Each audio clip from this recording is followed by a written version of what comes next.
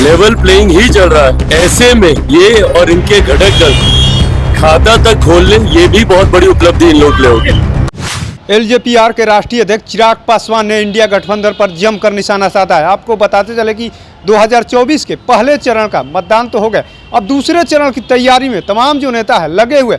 वहीं जिस तरीके से रांची में इंडिया गठबंधन के कार्यकर्ताओं में झड़प हुई, उसको लेकर के उन्होंने साफ साफ कह दिया कि प्रत्यक्ष रूप से अब दिखने लगा है इंडिया गठबंधन के नेता जिस तरीके से अप्रत्यक्ष रूप से यानी एकजुट नहीं थे। पहले चरण में के चुनाव में ही जो कांग्रेस के बड़े नेता और वाम दल के जो नेता नहीं आए थे चुनाव प्रचार करने, वहीं अब दूसरे चरण में साफ साफ प्रत्यक्ष रूप से दिखने लगा है कि ये लोग एकजुट नहीं रहेंगे। वहीं तेजस्वी यादव पर पलटवार करते हुए क्या कुछ कर रहे हैं वो भी सुनिए आप।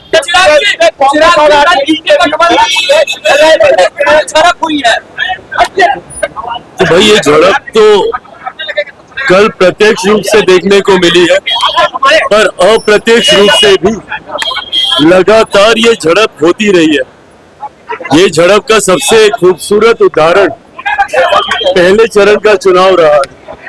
पहले चरण के चुनाव में जिस तरीके से बिना घटक के दलों से बात किए, चर्चा किए, सीटों का बंटवारा कर दिया गया, सिंबल्स को बांट दिया गया, ये अपने में दर्शाता है कि इस गठबंधन में कम से कम सब कुछ ठीक तो नहीं है। जिस तरीके से पहले चरण में इंडिया अलायंस महागठबंधन, जो भी इसके गठबंधन का नाम है, जिस तरीके से कांग्रेस के बड़े नेताओं ने बिहार आना तक जरूरी नहीं समझा, वाम दलों के नेताओं ने बिहार आना तक जरूरी नहीं समझा, ये वो अप्रत्यक्ष झड़प है जो लंबे समय से इस गठबंधन के बीच चल रही है। प्रत्यक्ष रूप से वो कल वहां पर दिखाई दी, पर ये सहजता जो किसी भी गठबंधन में होनी चाहिए, कम से कम वो इंडिया अलायंस में नहीं है। बीजेपी ने कल कहा है कि लेवल प्लेइंग होगी तो 100 सीटें भी बीजेपी को नहीं आएगी। लेवल प्लेइंग ही चल रहा है भाई, लेवल प्लेइंग ही चल रहा है। ऐसे में ये और इनके घटक दल खाता तक खोल लें, ये भी बहुत बड़ी उपलब्धि इन लोग के लिए होगी।